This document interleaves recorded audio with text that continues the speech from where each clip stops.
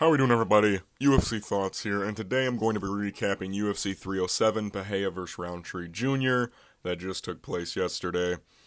Yeah, let's just get right into it. First of all, I rebounded with picks. I went 9-3, hit on some underdogs. I'm back, baby. All right, let's get into this main event. Alex Peña versus Khalil Roundtree Jr. Khalil proved me wrong, man. He still lost, which he lost by TKO, which is what I thought, but Khalil won the first 2 rounds. Even though Alex technically outstruck him, I think in every round, was it? Yeah, he outstruck him in every round. Khalil was clearly landing the better shots in the first 2 rounds. It was very clear that he was hurting Alex, not hurting him, but landing flush. The biggest issue with Khalil in this fight against Alex was, like I said, I think Khalil he was way out of range every time. Not way out of range. He was like, Khalil would have to blitz in every time to land something on Alex. He would have to blitz. And even though he would get on the inside, he was like inches away from hitting Alex with all of his power shots. And Khalil's speed really was a factor in those first 2 rounds. I don't think Alex was prepared for the quickness of Khalil because it was wild. I've never seen Alex fight the way that he did in this fight. Khalil was backing him up. When he would blitz in, Alex would fucking shuffle backwards across the octagon. And I think that was good from Alex. And Alex's defense really showed. And honestly, we know Alex can take a fucking punch at light heavyweight. Because he got hit with some shit sometimes, especially in the second round. He got hit with some stuff, man. And honestly, if Khalil just had better cardio in this fight, I think this fight would be even more competitive. Because that's what kind of led to the downfall of Khalil. And also his lead leg got chewed up. And I think that's another thing that kind of gave Alex problems was the fact that Khalil is a southpaw. And it's harder to get the switch. Because when Alex is fighting an orthodox fighter, he fucking beats up the lead leg. When you're fighting a southpaw, it's harder because you have to get the switch kick. But Alex was able to land some good leg kicks. He tore it up, especially in like round 3. But yeah, Khalil won the first 2 rounds. Prove me wrong, man. I thought Khalil was going to go out there and get starched. And he made it competitive. And hell, he made it entertaining as fuck. This was the best fight on the card by far, as far as entertainment value goes. And Khalil can actually be a problem at light heavyweight. I wish he was a little younger. It does kind of suck that he is 34. But as long as Alex is here, he's not going to beat him. But honestly, Khalil, dude, you can give him... Let's look at these rankings really quick. And by the way, let me talk about Alex for a second. Alex, as long as great cardio for elevation especially, Alex is a 205er. He looks fucking phenomenal at this weight class. Nobody else. The only fight that's going to be even somewhat close would be Ankalaev, especially if he uses his wrestling. But the thing is, knowing Ankalaev, they're all dumb. So he's just going to stand with Alex. But Alex looked really fucking good outside of... Well, he lost the first 2 rounds, but it wasn't like he was getting beat bad or anything. Like, he was landing. It was just that Khalil was landing, like, a bit better than him. Alex, you have to run him versus the winner of Rakic Ankalaev, which I am probably going to be picking Ankalaev in that fight. I just think that Rakic is a guy that, like, physically can't take damage sometimes. He's like a Phil Hawes situation where he's, like, technically speaking, one of the better guys at light heavyweight. Like, skill-wise, Rakic is probably, like, the 3rd best guy, or maybe the 2nd. But his chin just isn't really up there, and he also leaves his chin in the air. I think Magomed's going to catch him. Because Rakic does have the wrestling, but Alex, which it's probably going to be Magomed, you have to give Magomed Ankalaev a title shot. I saw a dude on Twitter yesterday that was like, Magomed's a case that if you say you're the number 1 contender, people will just believe you. He has a shit resume. And it's like, he drew with Jan Blachowicz, but you could argue that he won that fight. He beat Volkan Oezdemir, Nikita Krylov, Johnny Walker, and he also has a win over Anthony Smith, and he finished almost all those guys, and he also beat Thiago Santos when he was a top 10 guy. His resume isn't shit, okay? It's just that light heavyweight isn't really all that good. There's nobody else in the division that deserves a title shot. Who else would deserve it? You fucking moron. Anyways, Alex Peña, great win for him. He really, the finishing sequence, I mean, in the fourth round, he landed 63 significant strikes. At elevation, he threw 94, landed 65. Alex was super calculated and super accurate. I mean, 61% landed on total strikes. That's fucking nuts. And in round 4, he threw 94, landed 65. In the fourth round at Salt Lake City, dude, that's nuts. That's fucking crazy. The last 2 minutes, he busted Khalil up bad and just fucking poured it on him. Like I said, I knew that Khalil, if he was going to lose, it would be in, like, brutal fashion. It sucked to see him go out the way that he did, but Khalil's fucking, he's the real deal, man.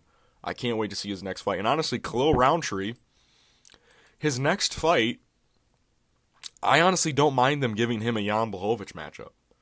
Like, I don't mind that for a Khalil Roundtree. Like, he proved that he's a top level. I mean, he did the best out of anyone at light heavyweight. The guy that did, like, the second best was, like, Yuri in the first fight. But then Yuri in the second fight got fucked up bad. Jamal Hill did shit. Like, Jan Blachowicz did good, but he gassed out. Worse than fucking Khalil did. And at least Khalil, like, clearly won 2 rounds. Like, Jan, you have to make an argument and shit for him to win that fight. Khalil clearly won the first 2. I'm very impressed with Khalil Roundtree Jr., man. I'm very fucking impressed with him. And I can't wait for his next fight. Same with Alex. I mean, very entertaining fight. We move. Co-main event, Raquel Pennington, Juliana Peña. I don't even know what to say. I got way too invested when watching this fight.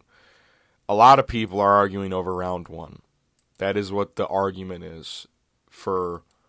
Because the rounds 2, 3, 4, and 5, I think, are pretty clear and easy rounds to score.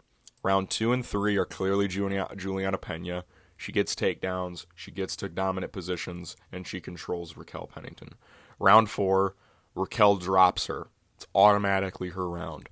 Round 5, Raquel lands the better shots. She outstrikes her and she lands the better strike. She rocks Juliana at one point.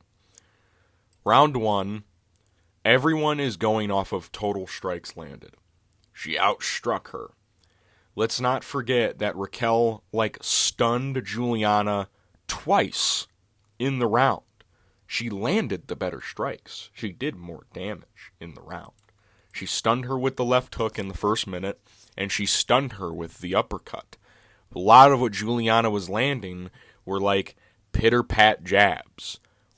I am so mad that Juliana Peña is the champ because I knew she's going to duck Kayla Harrison forever, bro. She's not, dude, we're never going to see that fight. And when we do, it's going to be the most anticlimactic finish because she's going to get knocked out by ground and pound in, like, the first round. This was a robbery. I see a lot of people saying it's a close fight, you can't call it robbery. That is a robbery. I do not care what anyone says. From what I saw in rounds 1, Raquel landed the better shots. It doesn't matter about total strikes. If you go off total strikes, fucking Rob Font put a striking masterclass on Chito Vera. But who did more damage? Chito Vera. Raquel landed 2 really solid strikes that stunned Juliana Peña. The fucking left hook sent her fucking, like, dancing, doing a jig at one point. The uppercut made her fucking Daniel Zellhuber out. She was, like, airplaning. A lot of what Juliana landed didn't do anything. I don't know why I'm so mad. It's a fucking women's bantamweight title fight. I'm just upset because the wrong person won, and I know for a fact that she is so shit. And we're going to have to wait a year for Kayla and her to fight. And again, it's going to be so anti-fucking climactic. Let's move to the next fight before I lose my... Oh, the next fight's Jose Aldo, Mario Bautista. Motherfucker. What a smart, strategic fight for Mario. We moved to Jose Aldo, Mario Bautista, dude. I knew that this fight was going to go to Mario Bautista. Like, I don't... Like, there's an argument you can make for Jose Aldo rounds 2 and 3. Like, I get it. But I knew that they were going to give it to Mario Bautista just based on control time and knees to the thigh. This is what people think Merab does, right? This is what people think Merab does to people. Merab did this to Jose Aldo when he fought Jose Aldo. This is what, like, Volkanovski had to do against Jose Aldo. You kind of have to control and corral him. We need guys like Jonathan Martinez to fight Jose Aldo. We need guys who are willing to stand with him. Stand and bang, brother. Mario Bautista, he won the fight. Like, I think he wins this fight pretty... The third round's weird. How much control time did he have in the third? He had like 3 minutes, didn't he? But he did no damage. Jose outstruck him. Man. I don't want to say robbery because I don't think it is a robbery. It's a close fight. Mario clearly wins the first round. Jose won the second off of damage. Round 3 is close. Fucking score it however you want. I don't care. They probably gave it to Mario because of the visual of Jose being against the fence, being like, oh, you can't get off the fucking fence. I'm not a huge fan of Mario Bautista. Mario Bautista, and first of all, Mario Bautista is going to be nothing at bantamweight. If he has to do that to Jose Aldo, dude, he's not going to be anything. Dude, imagine him versus, like, Song Yadong. Oh, my God. Imagine Mario Bautista against, like, Henry Cejudo. Mario Bautista is going to be nothing at bantamweight, so I'm not even that mad. I love Jose Aldo, but it's like, fucking, who cares, bro? Who cares about Mario Bautista? I'm gonna leave. It's gonna be a bloodbath. All I see is my hands covered in blood, and my hands being raised. Shut up, dude. We move. Roman Dolidze versus Kevin Holland. This main card had a lot of weird fights now I'm thinking back on it. The first round, very weird. Kevin was landing a lot of shit on the feet. Roman really couldn't do much in the stand-up exchanges. I think Kevin Holland, he was pretty quick for Roman Dolidze, and I knew that going in, because Roman is slow as shit. When it got to the ground, Kevin kept trying to body triangle off his back, which is basically, Kevin didn't try to get up for a lot of the time. The one scramble that he did, when he tried to get up, he broke his rib, or something happened with his rib. I don't know exactly what happened, because Kevin, all we know is that it happened with his rib. That's all we know. As of right now, he'll probably upload something about it. But then Roman, right as that happens, he starts fucking swinging hard hammer fists on Kevin Holland. Just like, and he still can't finish him. And Kevin Holland, the round ends. Roman clearly wins that round now. Kevin goes to his corner, and his coach is like, do you want me to stop this fight? I need you to be honest with me. And Kevin, I think he was like, because Kevin was like doing the Peter Griffin thing where he's like,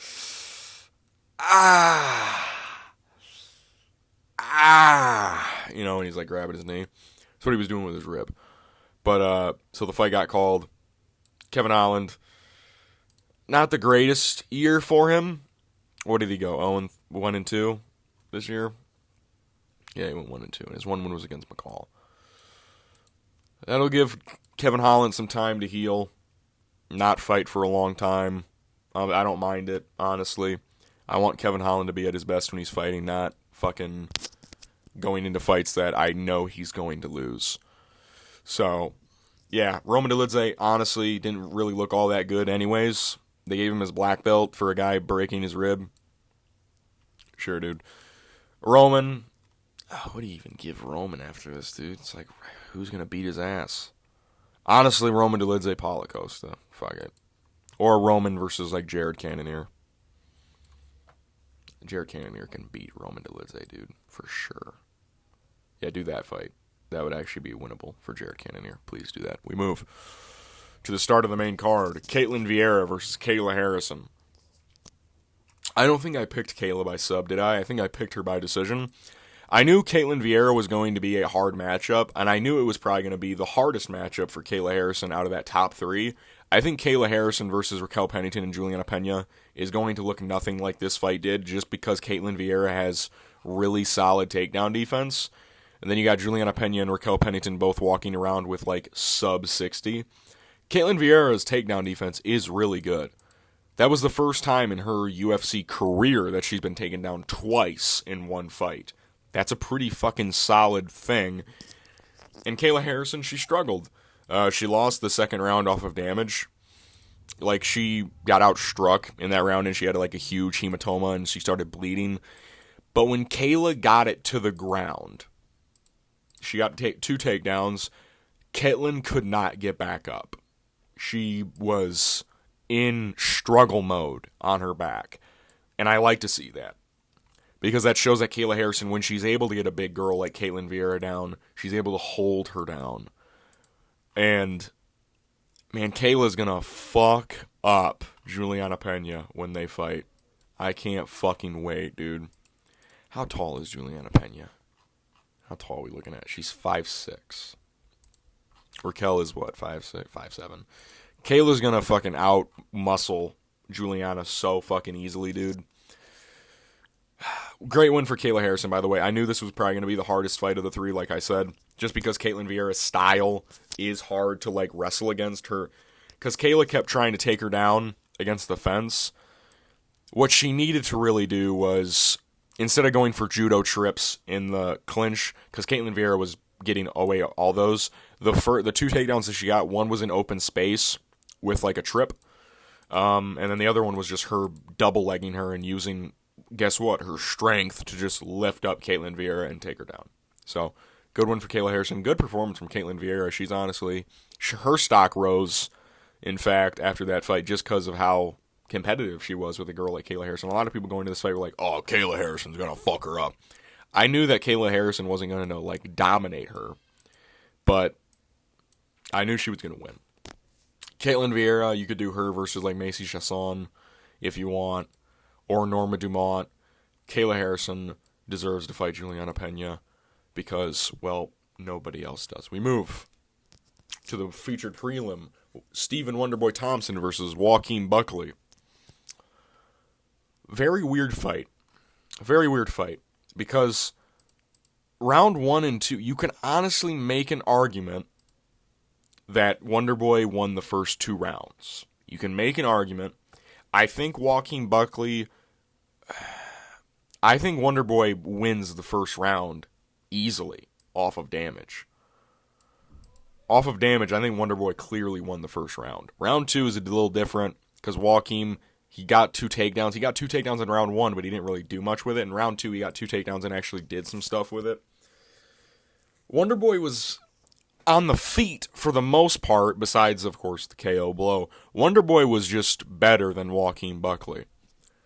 When round 3 hit, there was a switch that happened in Joaquin where he started to do his peekaboo style more, and he started actually landing a bunch of shots on Wonderboy. And the reason why Joaquin was able to land that, because every time he would push Wonderboy, he would shoot for a double leg, or he would go for a clinch. And Wonderboy began to become normal. He would normalize that, so he dropped his hands to like defend or clinch up or defend a double leg. And Joaquin just threw like a gazelle punch at him and clipped him. In the replay, at first I thought he hit him like his throat, but he hits him like square on the chin, and Wonderboy went out. He didn't go fully out, but it was like a flash knockout where his lights were out for a second. Then when he hits the ground, you can see on his face he's like, ah! He's like, that shit hurt. And then Joaquin landed like 3 aftershots. So, wasn't exactly the performance I was expecting, or not expecting, but not the performance I was hoping for Joaquin Buckley, because I thought he was going to win. I wanted to be a bit more dominant. But, you know, Tyler the Creator, dude, gets it done again. That's, you know, at welterweight, he's good. Like, not great, because a lot of people are like, man, Joaquin Buckley looks really fucking good. Like, he's definitely very beatable at welterweight. But, honestly, against Wonder Boy with a style of Joaquin Buckley, that's probably about the best you can get. Probably the best that you can get. And the knockout was pretty fucking mean. That was a mean knockout. So, great win for Joaquin Buckley. He called out Kamaru. Honestly, I'm not mad at it. Because Kamaru doesn't have any fight news. We don't know if he's moving up. We have no idea what Kamaru's doing. He's just sitting there. Doing nothing. Which sucks. Because as you can tell by my profile picture, that's the boy. But, because he's going to break into the top 10. You can make matches. Like, you can do Sean Brady, Colby Covington. You could do Ian Gary, Leon Edwards. JDM versus... you could do Joaquin Buckley, JDM as well if Kamaru moves up. That's another fight you could do. And then Bilal's, of course, going to defend against Shavkat. Just try and make the welterweight division because it's kind of at a weird place where everyone's inactive right now. Yeah, great win for Joaquin Buckley. Wonder Boy, the only fight I think left for him at this point is probably MVP, which probably will be boring, but I think that's probably the only fight that you can really do. We move to Marina Rodriguez versus Yasmin Lucinda. I honestly thought this could have went to Marina Rodriguez. If I'm being honest, I think Marina clearly won rounds 1 and 3. If I'm being totally honest, I thought that Marina won the first and third round. Round 1, people are favoring the takedown. Like Marina didn't almost knock her out. On damage, Marina clearly did more against Yasmin. Yasmin wins round 2. I picked Yasmin. Listen, I think the scoring on this card was shit. I thought Marina Rodriguez should have won this fight. And I think it's pretty clear, if I'm being honest. I'm kind of shocked that they gave it to Yasmin. And it sucks because Yasmin Lucinda, even if she lost to fucking Marina Rodriguez, it's like, dude, she was competitive with her. It's like a Sean O'Malley, Piotr Jan situation, because now Yasmin Lucinda, 22 years old, she's in the top 6. Dude, she's going to fight like Amanda Lemos or Jessica Andrade next. Or, well, Jessica's a flyweight right now, but if Jessica moves back down, dude, she's going to fight like an Amanda Lemos or Mackenzie Dern. No, Mackenzie Dern has a fight booked, doesn't she? She's got what's the fight she had booked right now? Doesn't she have a fight booked? Yeah, she's fighting fucking Amanda Hebos, isn't she? Dude, she might fight she's going to fight like Lemos next. And see, it's just like she doesn't deserve it. I don't think she's that ready. You're in the Shark Tank now, dude. You're a top 5. She didn't deserve to win. And I think she'll probably lose her next fight too.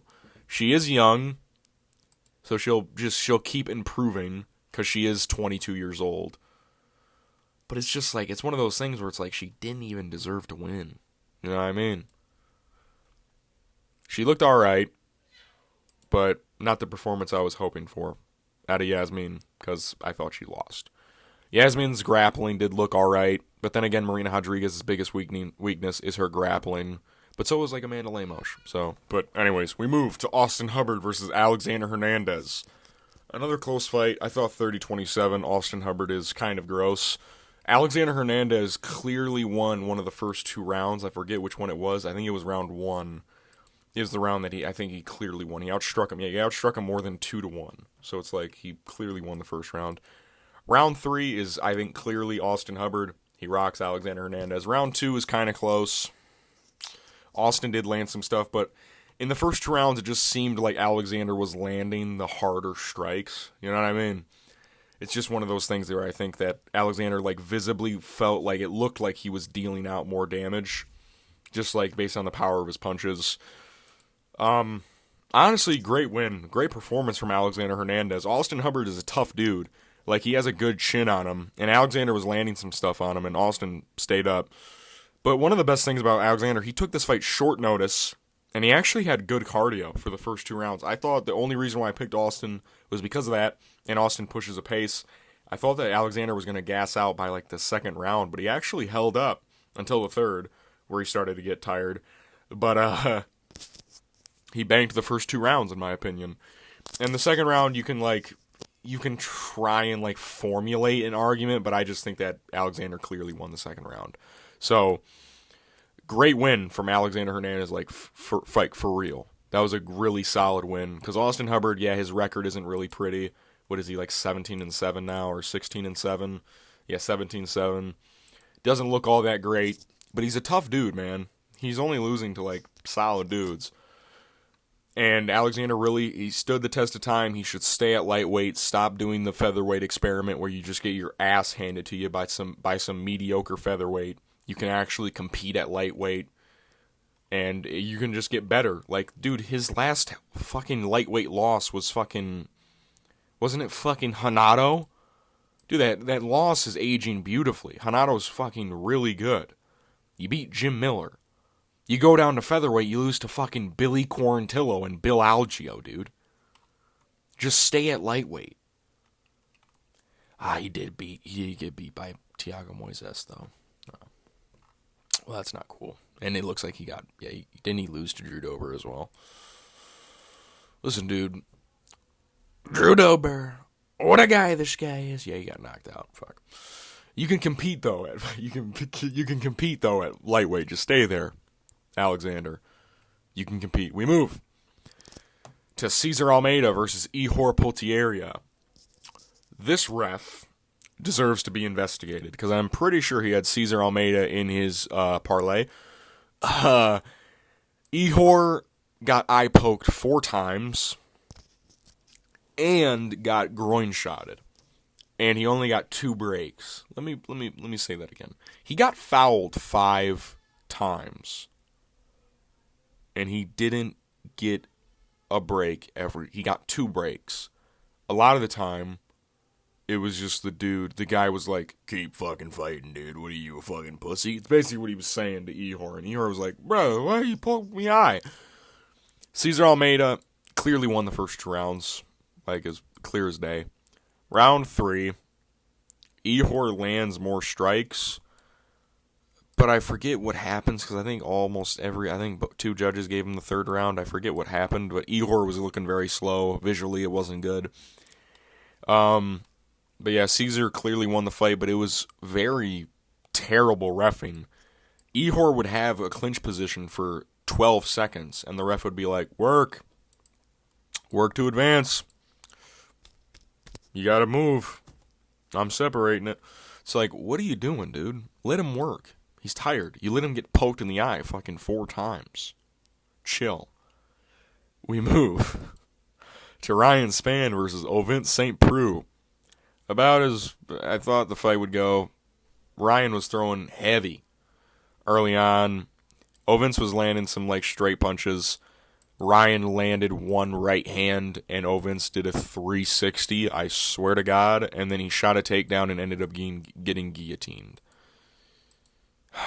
He got a mounted. He mounted him. He pulled it, and then he turned, and switched it to a mounted guillotine. Ovince had no other way to get out of the fight other than tap. It was very tight.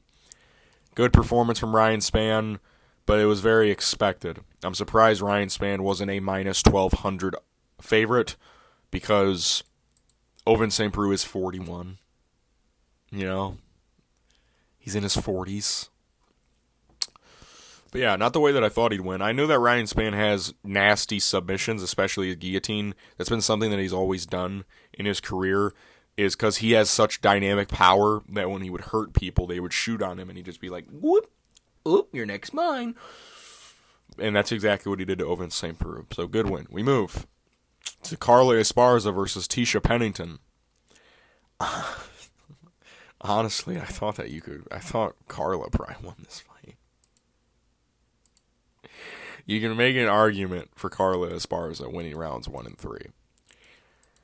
One judge had it 30-27 Tisha Pennington, which in the first round is not good.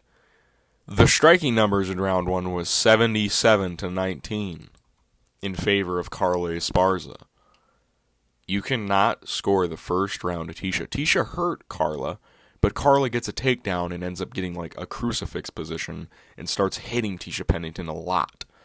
Round 2 is clearly Tisha Pennington, in my opinion. I know Carla Esparza gets the takedowns, but Tisha just did more damage. Round 3, I think, is probably Tisha's round. She landed a bunch of solid leg kicks, and she outstruck her 43-22. 36 of which were significant, 36-21 significantly. Carla does get the takedown near the end of the round, but I think Tisha Pennington does too much damage in the first 4 minutes and 30 seconds to give Carla Esparza the round. Like, Tisha would get taken down, but then she'd get back up, and she just did more, you know? She did more. Yeah. Good win for Tisha Pennington. Carla Esparza got the send-off video, which she deserved it way more than Michelle Waterson Gomez did. Like, I'm not even mad at it. So, have a fun retirement, Carla. Thank you for all the fun. You can't see me because I don't have a face cam, but I think you know what I'm doing with my hand. Fun, quote unquote. So good for her. Yeah, we move to the first fight of the night. Court McGee versus Tim Means. Another underdog for me. Court McGee basically kind of just like took down Tim Means. They were kind of exchanging down the feet. A lot of body shots. Tim was trying to corral Court. Court got one takedown, got the back, and submitted Tim Means with a neck crank. So, good win for him. In Utah, you could tell he was visibly emotional because he was born in Utah. He's been wanting to fight here since... Who did he beat in Utah? They said it on the fucking... Who did he fight here? A while ago. Who was it? Was it fucking... Was it LaFleur? It wasn't LaFleur, because he lost to LaFleur, right? This was in Sacramento. Who did he beat here? It was some dude. Who cares? I care. But, like, was it McRae? This is the Pearl. It's definitely not. He fought here a while ago. Hasn't fought since. Huge win for Court McGee. Tim Means. Both of them are not retiring. So we could see, like, a Jacoby Smith fight one of these dudes and honestly do it. Do Tim Means versus Jacoby Smith. That would be kind of funny. But, yeah, good win for Court McGee. Just kind of drowned him in the first round with a takedown. Got his back almost immediately. UFC 307 was, besides some fights, this is probably a bottom 3 pay-per-view of the year so far. Honestly, is this worse than 302?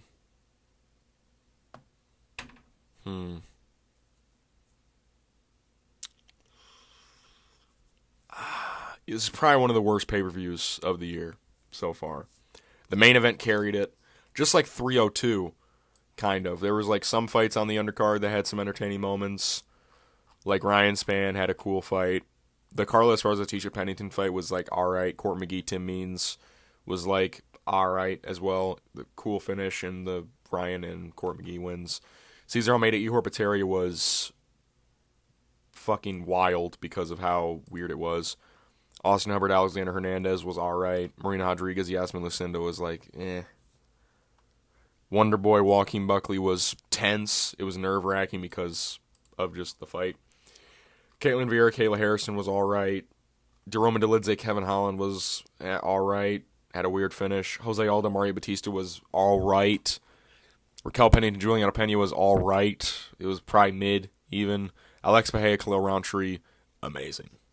Amazing fight. Honestly, this pay-per-view was very mid for entertainment value. So, it is what it is. Khalil Roundtree almost proved me wrong. He almost got a fucking finish in the second round. But yeah, just goes to show you don't judge a book by its cover. This fight week, we have Brandon Royval versus Tatsuro Taira in the Apex. I can't wait to go back to the Apex after 2 crowded events back-to-back. Actually, 3, because of the Sphere. That card's alright. Not a lot of... Oh, buddy. Oh, no. There can be finishes on this card. Tatsuro Taira Royval is going to be a fun fight at least. UFC 307, weird fight. Probably the worst of the 3 Salt Lake City events that we've had in the past 3 years. Besides the main event, I thought this was probably the best main event of the 3. Yeah. I'll see you guys in my next video. I'll try and get an upload in between. I probably won't, but I'll probably make a video about like fights that I want to see next year. So, yeah. I'll see you guys in my next video. Peace.